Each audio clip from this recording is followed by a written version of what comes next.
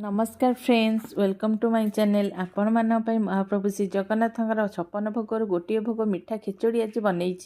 यही खिचड़ी जेकोसी ओषा व्रत में खाईपारे। ताहले चलतु रेसिपीटी को स्टार्ट करनवा।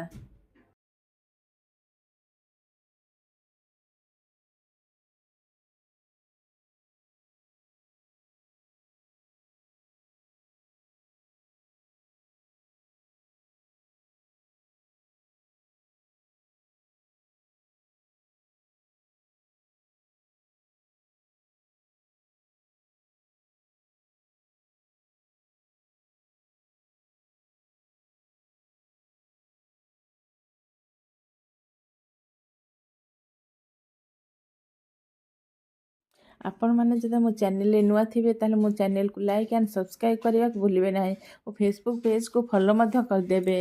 बाय बाय, जय जगन्नाथ।